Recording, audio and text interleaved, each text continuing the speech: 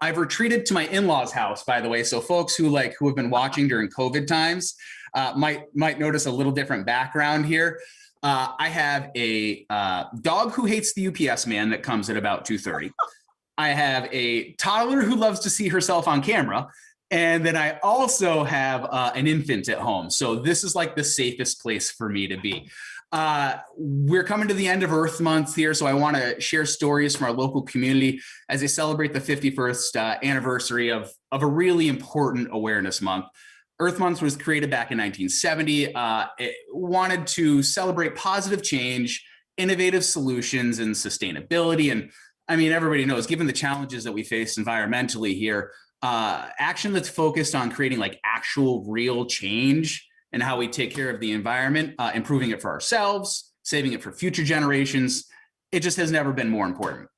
So today's guests, who I spent the last about 15, 20 minutes getting to know a little bit more, they represent legacy institutions, as you'll see from their names there, and also community organizations that at first glance, you'd be like, oh, they do environmental stuff? Cool. But they're actually got a lot of planet-saving programs, and we strive to bring you a panel here that doesn't just limit their responsibilities to like Earth Month, but to the entirety of the year to be good environmental stewards. As I told the panelists, I'll tell it to all our friends on Facebook and digital too, the discussions, it's not meant to be so much a Q&A, but more of a discussion. I feel like we have a lot of cross knowledge going on here, a lot of independent voices, and I don't want anything to slip through the cracks because I really do think that we have a great panel. I don't want it to be too structured, basically. So again, if you have anything to say, as the panelists have learned, I'm a bit of a chatty Cathy, so I'm going to feel free to say it. See, I'll just hop right in. And on Facebook or Twitter or anything that you're tuning in on, if you have any questions, go ahead and post them and they'll get to me. That's why I set up the phone back there so I can see any messages that come in. All right, so we're talking to local organizations here that have embraced both big and small ways, Earth Month and Earth Year, and these are nonprofits and organizations that serve youth. Some are focused on girls, like the Girl Scouts. Others servicing and focusing on adults that are returning back after life-changing circumstances and getting back into the workforce. And everybody's engaged in making the environment around them better and to make better use of natural resources. Our panel has representatives who contribute to conservation in different ways. As I said, traditional ways, got Morton Arboretum on here, got Garfield Park Conservatory, and then nonprofits that serve the youth, like Building Inc., some that serve the adults, as I mentioned, Brenda from North Lawndale Employment Network, and then others that focus on the girls, like the Girl Scouts, which need no introduction, of Greater Chicago and Northwest Indiana. So I feel like I've chatted plenty.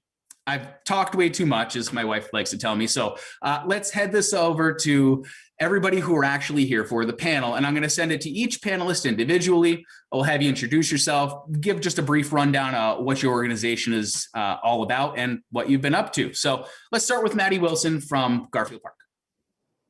Hi, I'm Maddie Wilson. I'm the Director of Programs and Interpretation here at Garfield Park Conservatory. I was on site today and I had to have the plants in the background.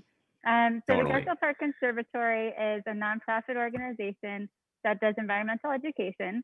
We do have programs for adults and kids and school groups. We also have a teen docent program in partnership with the high school across the street, Al Raby.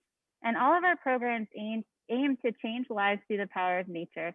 So we do that, well, pre-COVID times, a lot of drop-in programs and things like that, where now things are more virtual. So we are starting to think of what post-COVID will look like. So we do have a lot of programs here. The conservatory is open and it's free to visit. Our schedule is slightly different now, but we hope you all come to visit and check out our program. Awesome. Thank you very much. So we'll go next over to my left, or is it my right? I don't know. The hands are mixed up on here. But Brenda, we'll go over to you. Brenda Palms-Barber. She's the founder, the president, and the CEO of North Lawndale Employment Network. Take it away, Brenda. Thank you. So the North Lawndale Employment Network's mission is to improve the earnings potential of the residents of North Lawndale through innovative employment initiatives that lead to economic advancement. And So how do we get involved with bees, right?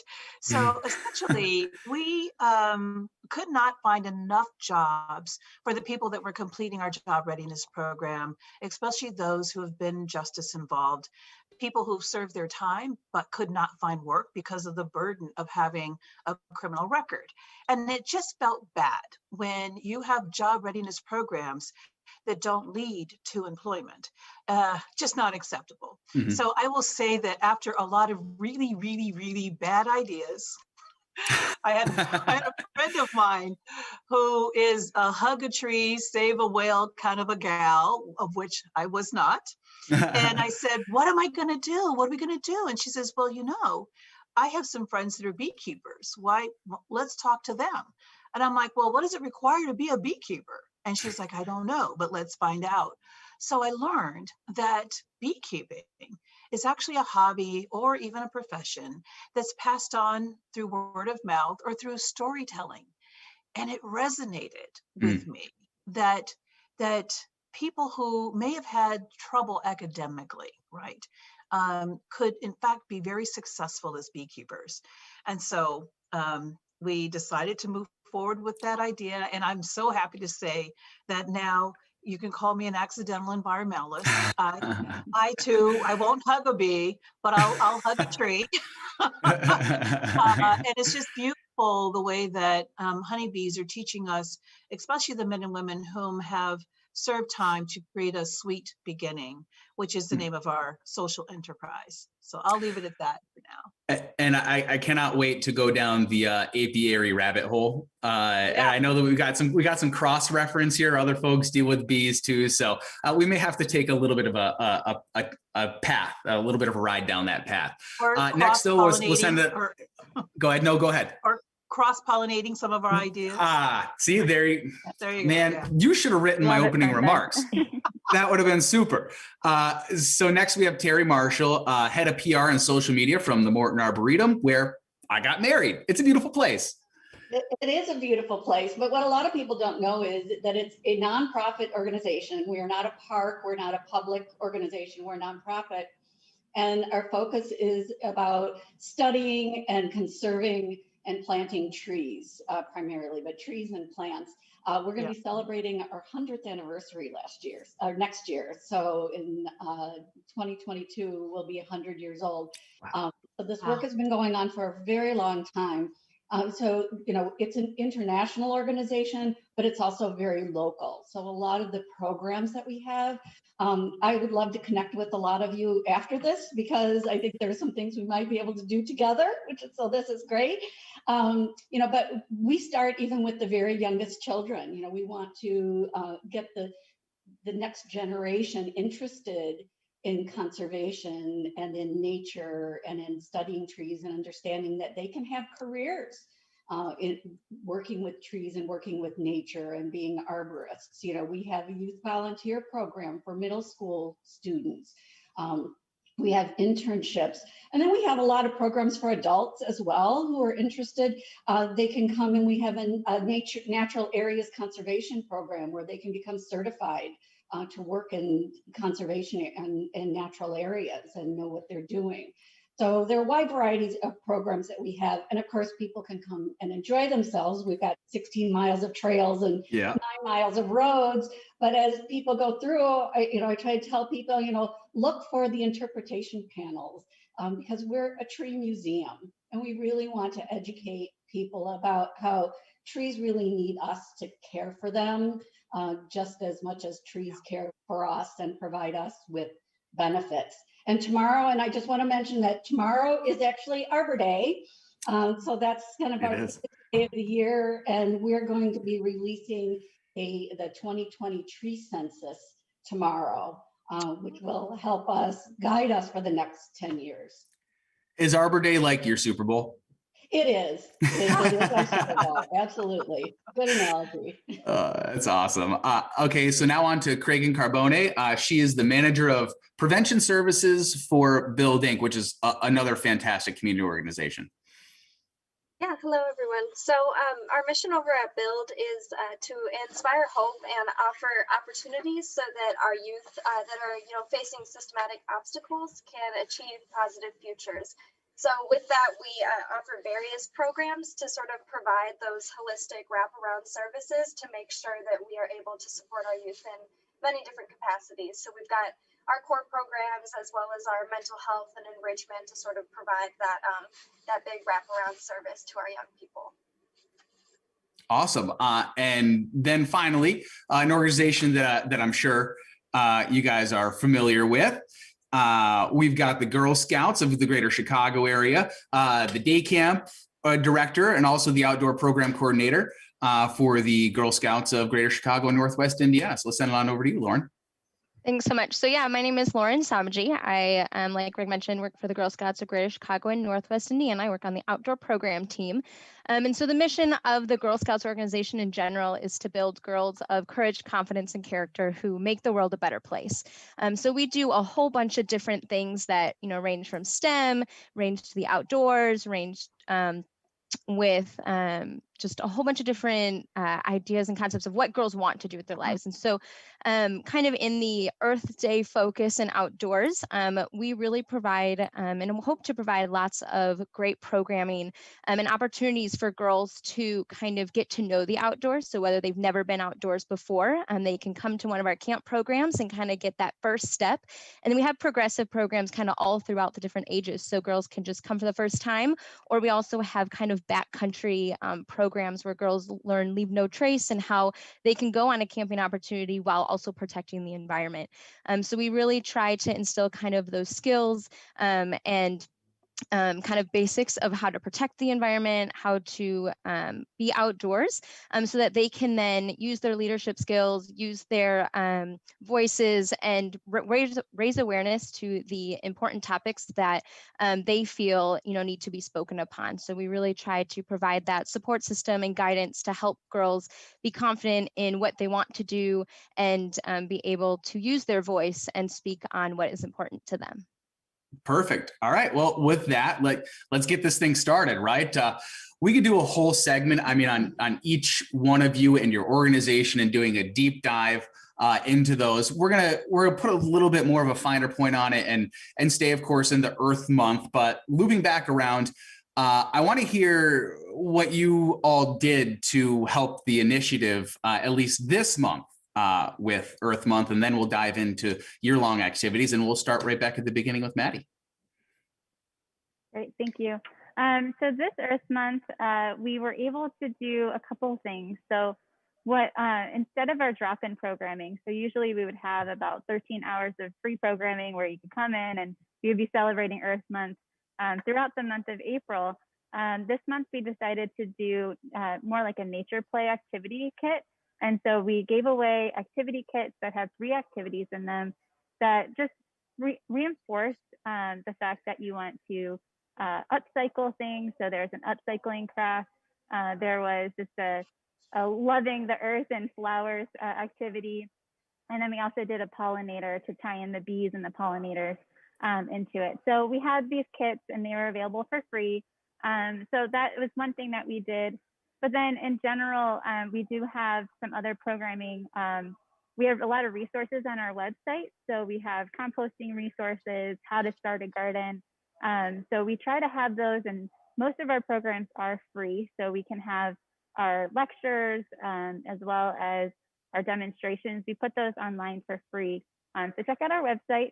But in addition to that, we did have a school field trip that we started called Sustainable Spring. And so this field trip, it's a virtual field trip.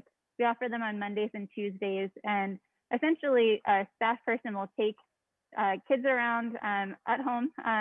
They'll check out the conservatory, and they learned about the rain barrels here, composting with worms, and then also upcycling. We really like upcycling because as humans, and we do create a lot of trash. And it's nice to recycle, but it's also nice to upcycle those materials as well. Well, talk a little bit more about the importance of upcycling. Yeah, so the more we can reuse items, so whether it's you get like a spaghetti jar of sauce and you can reuse that glass rather than, well, hopefully you're not throwing it in the trash, but at least recycling it. But Right. if you can reuse that jar in other ways, then it's keeping it out of the waste stream. Anything that's organic going into the landfill is going to create some of those greenhouse gases, and that's not good for the environment. And so that's why we teach about composting and recycling food scraps. We do have a composting program here where this is one of the things that's beyond the Earth Month, where we compost food scraps. And in the past, when it was going as strong with everyone coming in, we would compost on site of over 1,000 pounds of food waste, and the worms ate it all up, and then we could use those nutrients in the gardens. And where we do grow organic vegetables, we could use those the compost from the food scraps in the gardens, just so that we had healthier plants as well. So upcycling whenever possible, just keeping things out of the waste stream. And recycling's good, but if you can keep reusing something, it's even better. And Craig, you do with Build Inc., you guys have a community garden, I believe, right? We do, yeah. And over at our headquarters in the Austin community, we do have a full self-sustaining garden. We call it Iris Garden, and it includes, veggies, fruits, and we also have a chicken coop with about 12 chickens. And do you guys, do you teach any of the participants out there? Do you do any composting on site? Do you get your compost? Yeah, so we do. We don't do composting on site, but we do utilize compost over there. And this month we were actually able to take our young people out there to start the beginning of the seed planting, which was really awesome. And then they were also able to each plant their own small herb garden and take that home with them, which was pretty cool to see. That is awesome. It grows right in the window, or you can maybe put it outside if you got a little green space. Brenda, who again works with the North Lawndale Employment, rather easy for me to say, Alliance. Bees. Talk about bees. Talk about Earth Month. What do you guys got going on? Sure.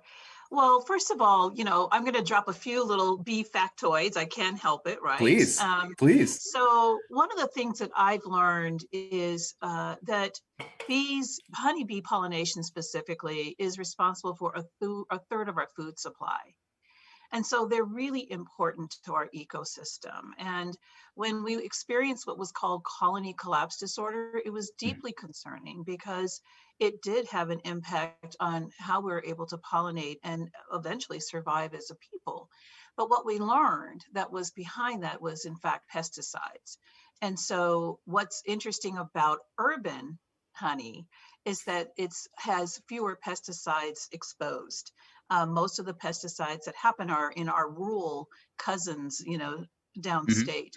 And so what's exciting is that urban local honey is actually cleaner and better for you in some ways. So that was kind of an important thing to know, because at first thought, people think urban honey might not be clean, right? Yeah, right. But they're fact, like getting pollen from trash cans or whatever, right? Yeah, right, yeah, but totally. that is certainly not the case. Certainly not the case. So, Obviously. right. But with Earth Day, what was really cool for us is we invited a new marijuana-based company. They're into green things, and it called Green Thumb Industries, and our friends at Lincoln Park Zoo. And we have a new campus that we are about to move into. It was this old bank, in a parking lot, but we've created a real campus. And part of that campus means putting down trees and native flowers and native plants that honeybees absolutely love. Awesome. And so we spent time rolling up our sleeves and getting dirty and knowing that in our small way that we're actually helping North Lawndale and really the city of Chicago to be better. Another really interesting thing that I've learned, and I know that our friends at the Morton Arboretum will know, is that the density of trees is really important. And it's also an indicator really about the health of a neighborhood. And so I've learned that, you want a density of trees in your neighborhood roughly at about 80%. And that's kind of like up north. And you can correct me if that's not quite right, but that's my understanding.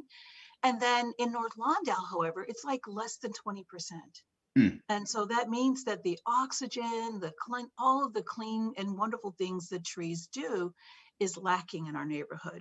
So I'm happy to say that we planted 20 trees We're hoping to Awesome. plant a lot more, but again, it's exciting to know that communities in urban and often economically distressed areas must understand the importance of the environment, must understand that how it connects with us. Because I used to be one of those people that was like, I care more about this and this and this than the environment. What's the environment, you know? And not recognizing the relationship between the two. So I'm excited that we get to be an organization that will have names of plants that are all over our grounds, and where honeybees will be able to come and, you know, pollinate local native flowers Mhm. and beautify and really, you know, continue to beautify our neighborhood. The other piece that's important to this bees is that we also have a rooftop apiary, which I'm so excited about. So that people, and especially our kids who don't always understand the value of a honeybee, can actually come and see our exhibition hive and see where the queen is in the hive, Cool. to see how honey is processed, and to taste honey right out of the comb, out of the hive, the frame Mhm. itself rather. I mean, there's nothing better. So if you guys want to come out and taste like really good local urban honey straight from the frame, Oh, that's all you need in a good biscuit. That's what I it's say. But it, we want, I mean, it's like fresh candy. It's so good. yeah. So we're looking forward to being not just a workforce development campus with this great cafe, but a place that is about educating people about the relationship that they want to have and should have with their community. And we have a lot of respect for our neighbors up the road with the Garfield Park Conservatory. Y'all are doing amazing work, and we actually have done some projects together, and we look forward to forging that again. So my question, you said you had a little bit of a thing going on with one of the marijuana. Are the bees pollinating the Wouldn't crop? that be awesome? Can you imagine what kind of honey that would be? That's what I was gonna say. Yeah, and for folks who are watching back home that maybe don't know, the honey tastes a lot like what they get their pollen from. Like if they're That's doing right. alfalfa or clove or whatever, like that orange, that taste transfers over. So I wanted to know what the weed honey tasted like. Well, actually, we weren't working with the growers. We're actually working with the employees. So Okay. the employees are the ones that slept out and came out to help us at our campus. But Cool. you know, that's an idea. That's an idea. Need to spitballing a little bit. So Lauren, who works with the Girl Scouts of Greater Chicago and Northwest Indiana, what do you have going on for Earth Month and kind of year round? Yeah, so we have so many things going on for Earth Month and also year round. So for this Earth Month, we recognized that, you know, we are still in this pandemic. And so we wanted to offer things that were in person to try to get those girls back out to camp, back outside, back in the outdoors, as well as giving them opportunities to do either virtually or at home so they can still engage and still participate. So we had two different separate programs that we offered in person. One was on Earth Day. We had a badge workshop for girls to come and work towards their eco badges that related to their ages.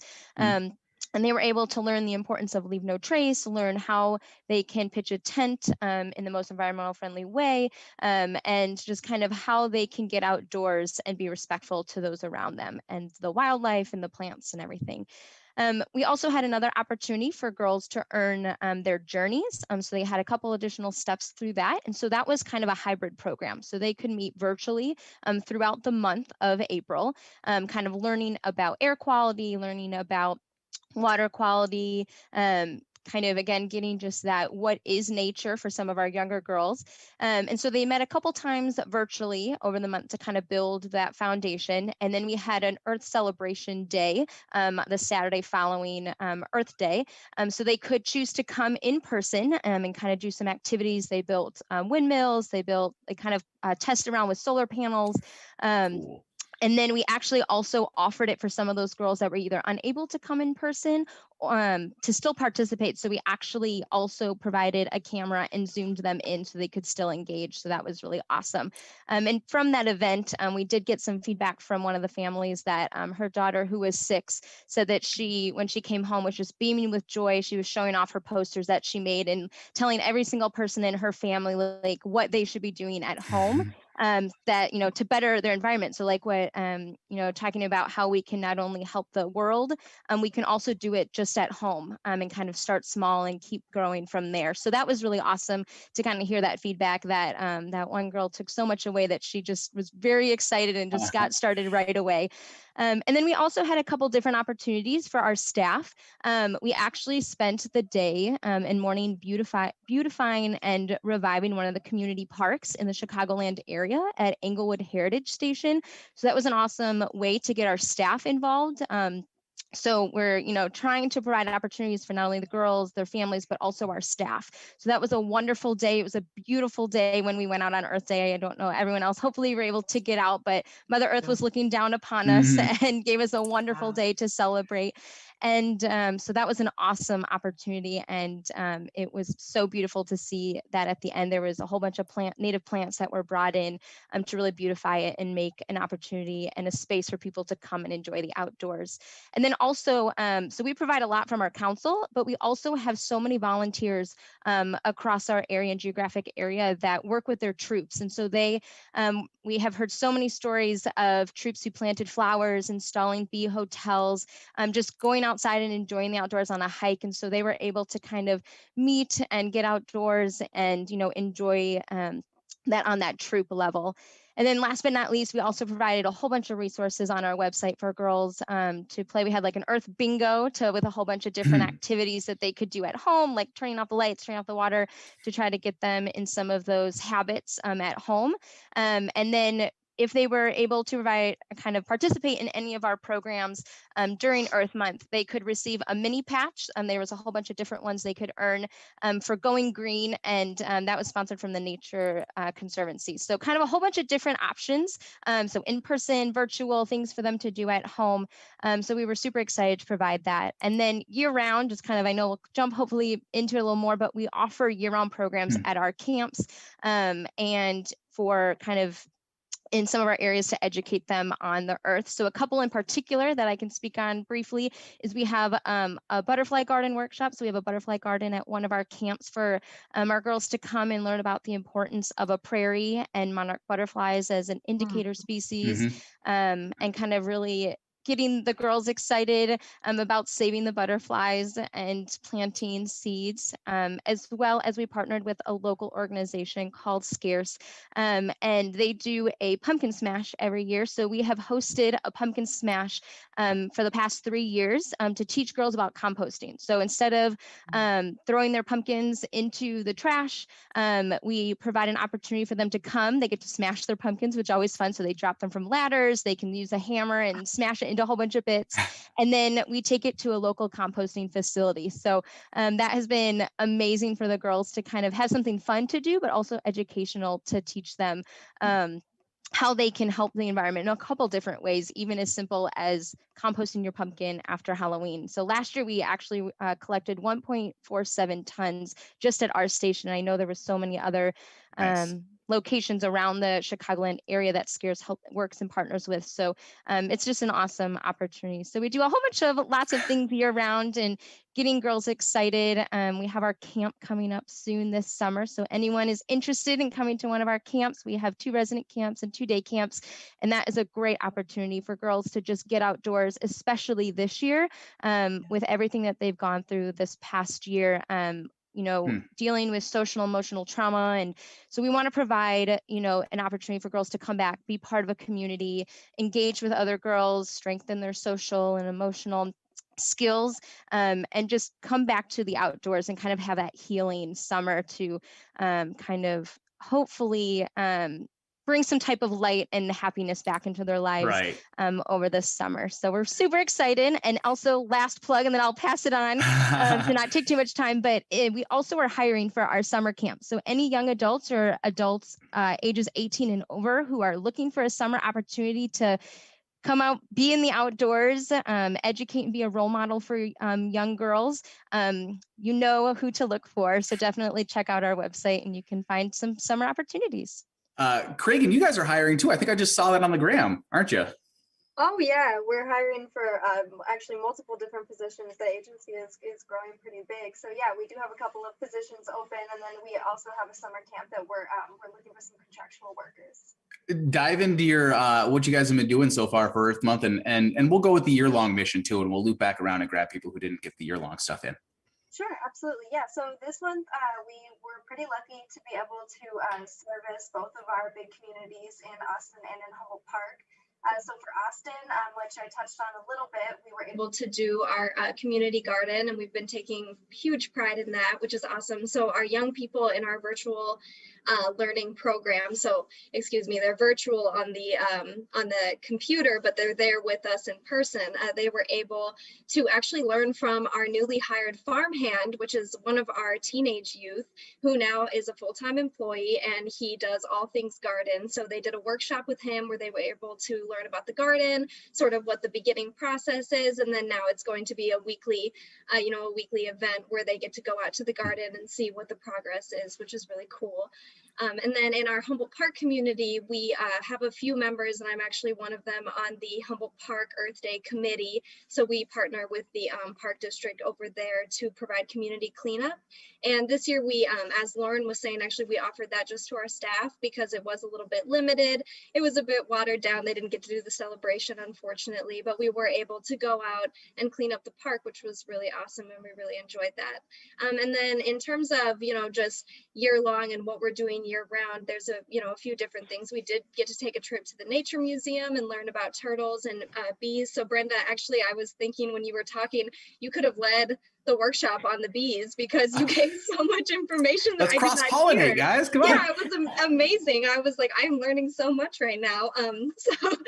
So just throughout the year, we try to really encourage community cleanups, and we also take huge pride in beautification. So we like to go, in the areas of the community and put up art pieces. We try to find walls maybe that don't have a lot going on with them, and put some things up just to sort of add some color and some positivity to the communities.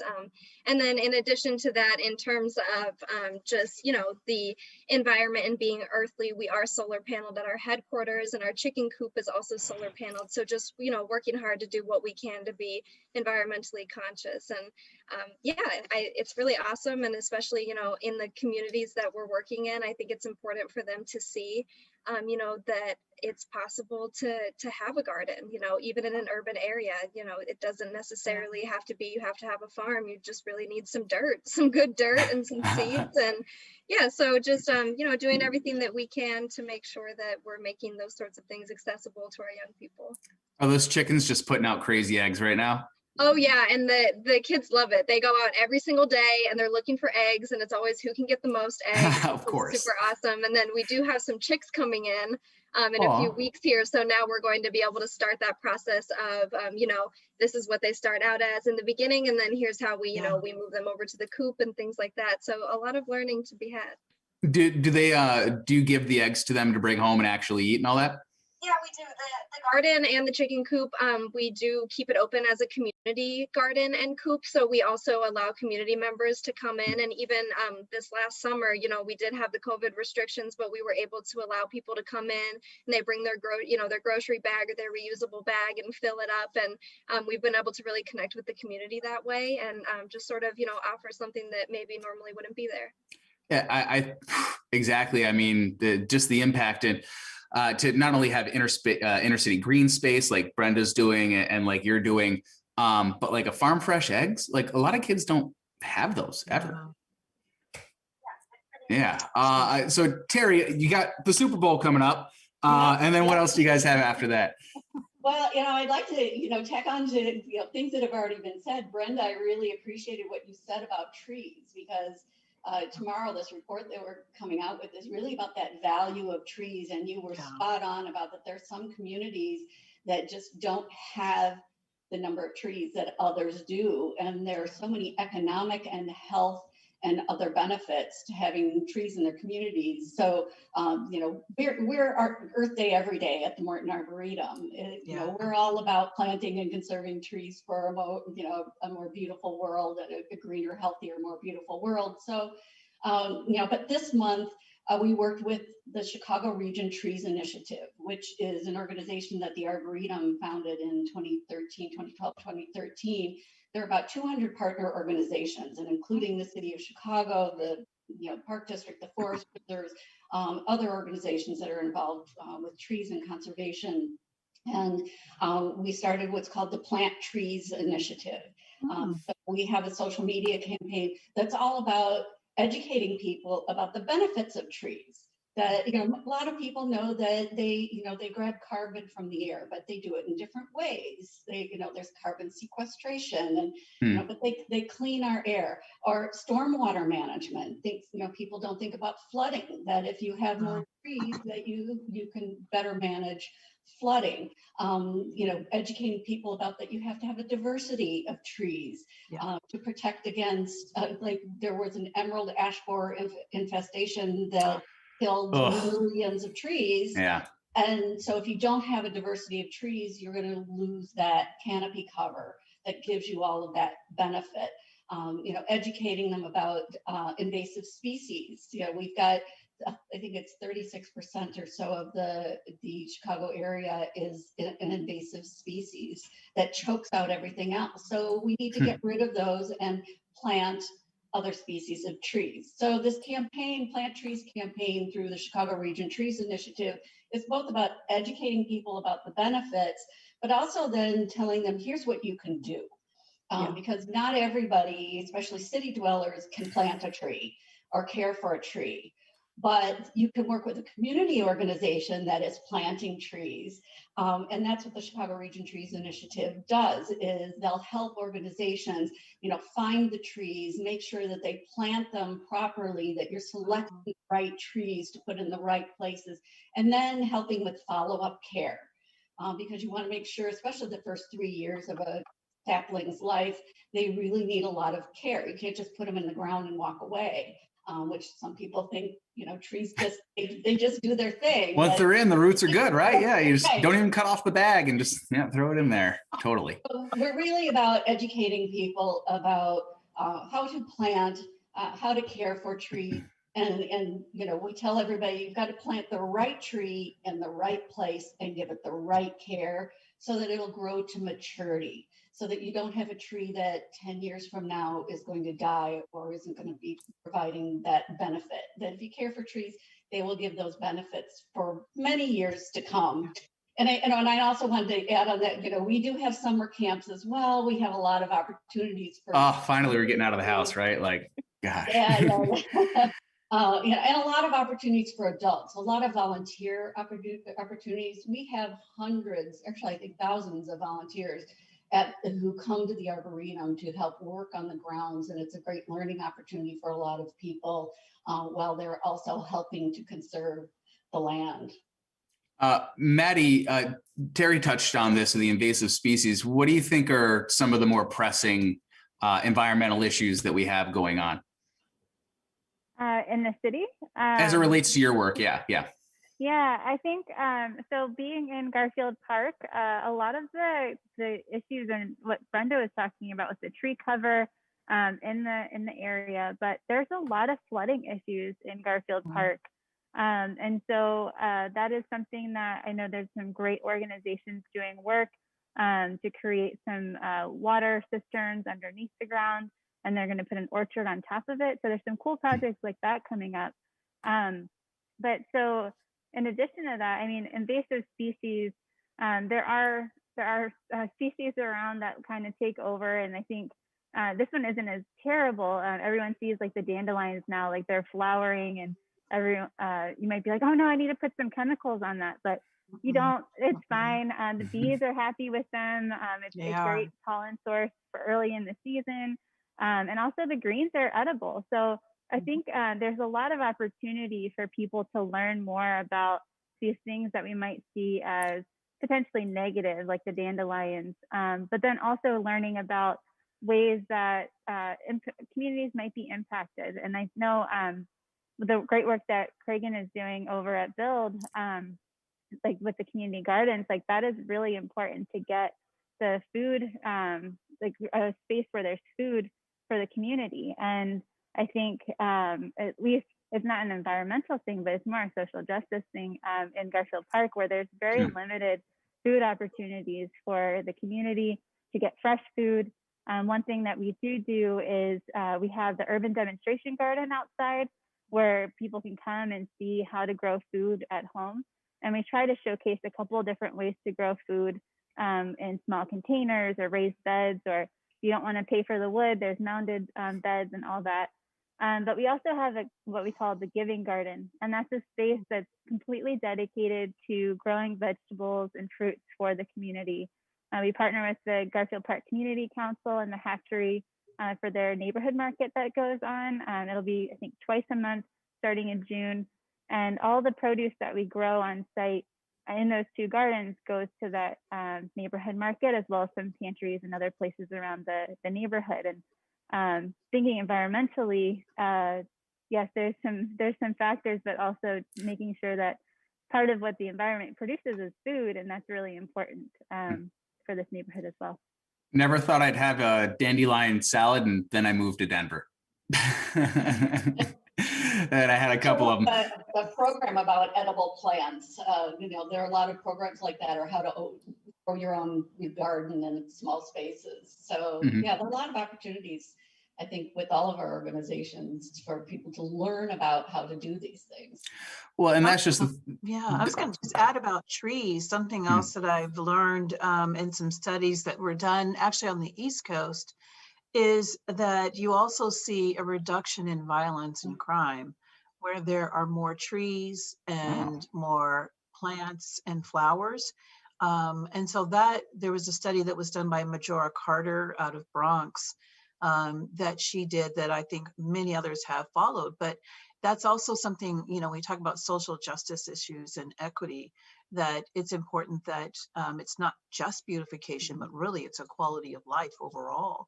That's what we're really talking about. Right, and that's one of the things that the Morton Arboretum and the Chicago Region Trees Initiative is really focused on, is that environmental equity and justice for the underserved communities. That you can go into, you know, some areas of Chicago that have lost all these ash trees, and then, you know, how do we replenish that, and how do we make sure that those areas that, you know, may be under-resourced are able to get those resources to be able to plant those trees. Well, I think that Lauren has a lot of people from a lot of different backgrounds covering such a big area in your programs.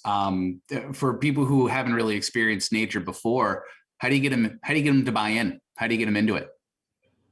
Yeah, so we have, we definitely see a lot of people coming out to our programs that have never been in the outdoors before. So it's really kind of working with them and making them feel comfortable to come out. So we do a lot of custom programs. So that is when a troop leader can reach out and we will come out there with them. So we can help provide that kind of comfort level and introduce them slowly into just being comfortable outside. I think a lot of us have seen that. So it's just that first step is just being comfortable to come out. So we work with the girls that maybe have never been outside in a forest before and kind of work with them to make sure that they feel comfortable, that they know that they're safe there, and that we're there to kind of teach them and educate them about, you know, how they can feel comfortable in that space. And then just that first step of just that introduction, we see that when they come back, that comfort level is already way above from when they came before, and they're excited to come back and do more things in the outdoors, whether that's with us or whether that's just in their everyday life. And so it's really just that working with them, kind of meeting them on their level and understanding, you know, maybe what their concerns are and how we can, you know, make sure that we help get them to where that, like I said, they're comfortable and excited about coming outside. And then Brenda, switching to the adult aspect of that, you know, you got people coming in who are starting their way back in the workforce. It's a change of speed working with bees. Is it just a total relief? Is it relaxing? Is it, do you have to get them to buy in? How does it go? You know, that's a great question, because some so no one signs up to work with honeybees, really, right? And maybe besides the guests on the panel. Yeah. But it really is sort of, it changes sort of the narrative that people have about men and women who are returning from incarceration around their work ethic or their desire to work. And I love to say, you know, these folks are willing to work with a honeybee. You know, you gotta know that there really is a desire for them to work. The other wonderful piece that comes out of this for adults is sometimes there's this immediate need, kids and adults all alike. We sometimes want stuff yesterday, and we're just not as patient. And I love that nature says, slow down, and that there is a process that you have to respect. There are different phases of growth. And one of the things that I've become, I knew nothing about beekeeping, as you know, but now bring it on, ask me, right? But the thing that I learned about honey is that if you try to extract it and eat it before it's cured, right? Before it's fully ripened, then it can make you sick, you know? And I think that it's like with any food or fruit that's not ripe, it's not ready yet.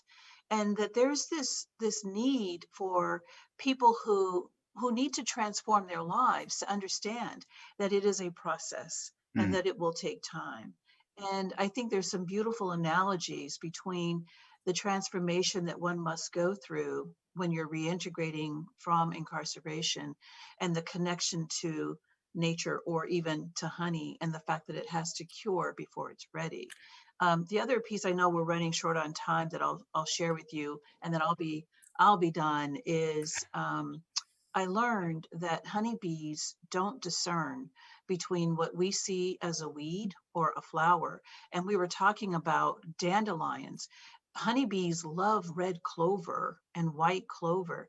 It makes some of the best honey ever.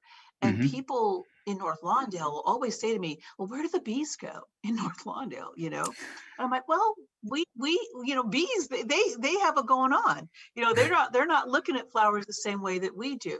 And so what I love that I've learned about honeybees is that they're interested in drawing the good out of that plant source and transforming it into something that is good and sweet and productive.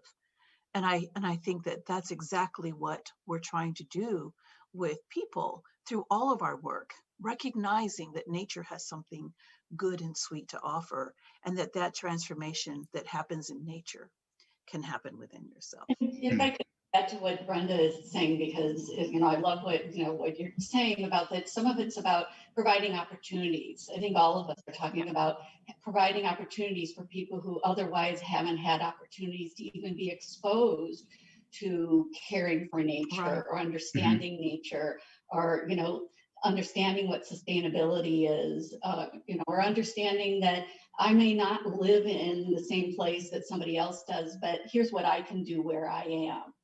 And, you know, and having everybody have some sort of connection to nature, you know, where they are, and getting them exposed, you know, even about the careers. When we talk about that for trees and tree science, you know, there are people saying, I didn't know that was a career. I didn't know that could be a job. I didn't know I could do that. And so it's about exposing people to something new that they didn't know they could do, and they can. I think you both said it perfectly. So I'm not gonna try and say it any better, but we live in a world that feels like where instant gratification is it. But when you actually expose people, especially young people who are used to things being delivered in 2 days, or sometimes, you know what I mean? So like you expose them to this, like there's a process that goes in a lot of things, and that process usually yields beautiful results. And I think Craig could probably speak to that too, exposing kids to the process that goes in to actually getting something off the vine. Yeah, most definitely. I mean, like I said, the garden is a year-round, you know, that happens all the time, and we are lucky enough that we're starting to be able to work with more gardens, and so we really can see that start to finish effect, you know, and I think the young people really enjoy that, because it can get frustrating, you know, when you don't know how to do something, and so there's that beginning of let's learn how, you know, what are the right tools, what are the resources you need, but once we get into the flow of things and they start to see the results from it, you know, and I think Terry said it, but the word exposure, I feel like that's such an important word. As soon as they're exposed to something like that, they're hooked. and they, they want to continue, and then they're asking, when is the next time we can go to the garden? When is the next time we're going to be able to go and pick the vegetables and things like that. So I think that it's extremely valuable, just to get that exposure, like she said. And I think there's a three-way tie for first place on best tasting things on the earth between fresh honey, a Girl Scout cookie, and then from your point of view, like a warm cherry tomato right off the vine is oh man. So I'm going to open this up to because we are running a little bit short on time, which is awesome because it feels like we've flown. But I'm going to open this up to like everybody. This is an internet question, so I'm reading off my phone. Like, how do you, what is just one thing, and jump in, piggyback off each other, like one thing that you can do to make a difference and have a positive impact on the planet, or at least your surroundings? Because it's like a big lift after family, after work responsibilities. Like, you just give me one thing, like one thing that I can do quick. Plant native plants if you can. Just one plant will make a difference. Or I would say plant and care for a tree. Even the tree on your parkway, you can water it, you can make sure it gets pruned. There are ways to, and I would direct people to the Morton Arboretum's website too for all sorts of tips for how to care for plants and trees. And we have a plant clinic. So if people have questions about how to do all this, I have so many. And they can email, they can send a picture and say, what is this? And it's great. That is all over the world. That's the other one. That is the plant clinic thing. Like, you guys are going to be flooded because I got stuff in my yard that I'm like, I have no idea what this is. I don't know when to prune it. Like, I don't know. People. Yeah. I'll answer it for you. They're as passionate about plants as like Brenda and some of us are about bees. So that's perfect. Anybody else? Just one thing you can do, Maddie? I would just say, when possible, try to eat locally. That's something that when you can, I know it can be more expensive, but it helps cut down the carbon footprint. Mm-hmm. Lauren?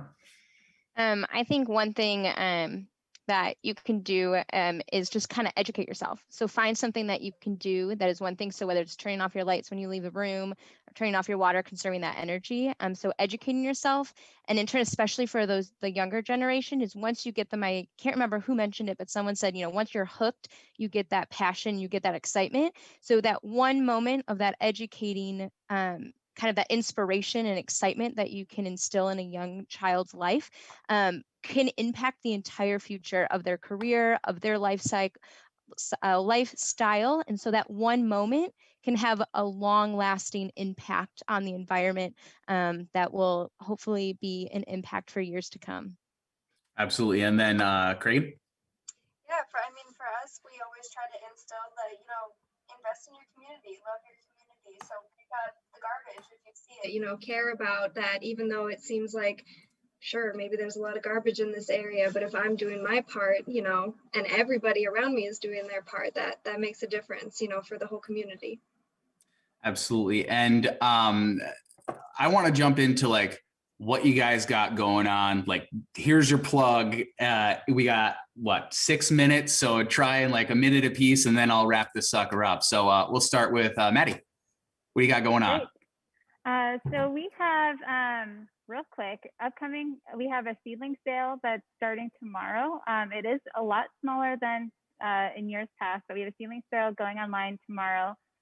We also have yoga every week on Saturday mornings where you can do yoga and you'll see the plants. It's virtual. We also have a DIY upcycled windowsill garden, herb garden class where you make planters out of wine bottles. And then we also have a tree ID walk later in May where you can go on a virtual walk and they'll talk about the trees and how you identify them in spring. We do that every quarter, but spring is the best one because you start to see flowers and things. And everybody wants to get out. Like, we're all getting vaccinated. We're all ready to get out. Like, let's do it. Your website, what is it? You mentioned a couple of times, just so people don't have to Google around. Yeah, it's garfieldconservatory.org. And we have resources on there, events coming up.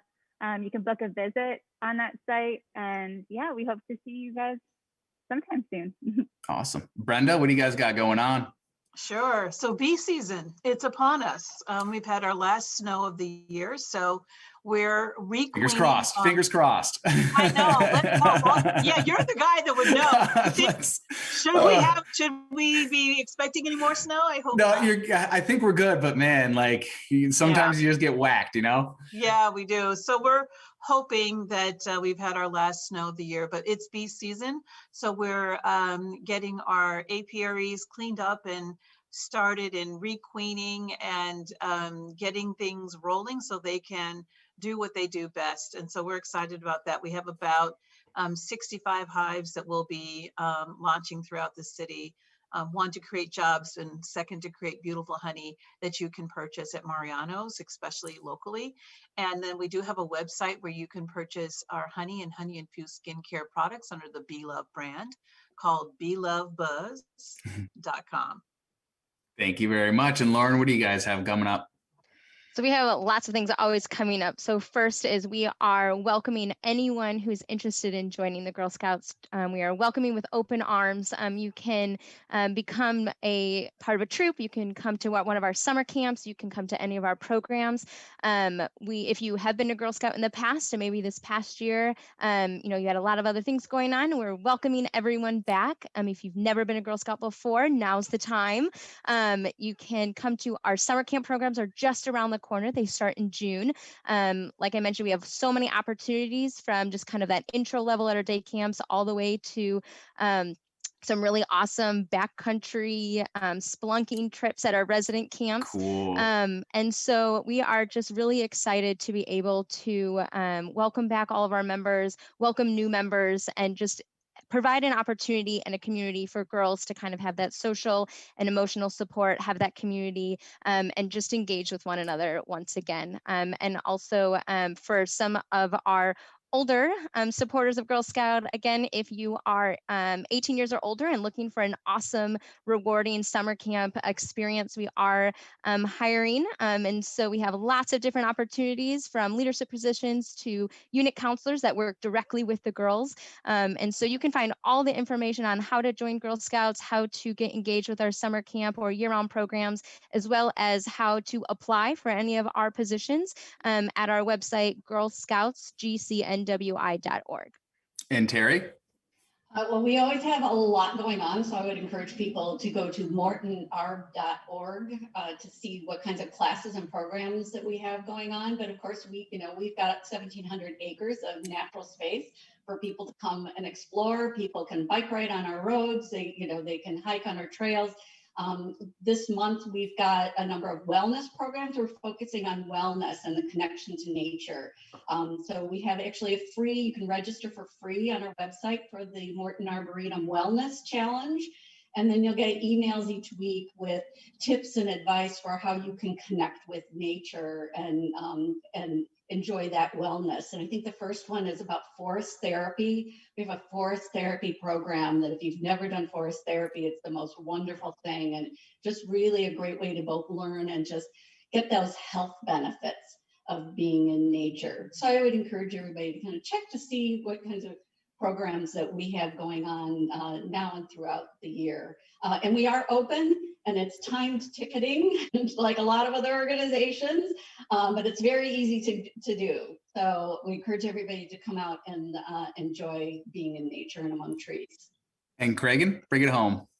Yeah, so we've got, a lot of different programs going on as well. So I'll also encourage everyone to go to buildchicago.org. And like I mentioned before, the garden is up. So encouraging people from the community to come out and see the garden. And we do have a couple summer camps going on, which is awesome. And we're doing a week-long Go Green Week. So it sounds like we're coming to the Arboretum for that week.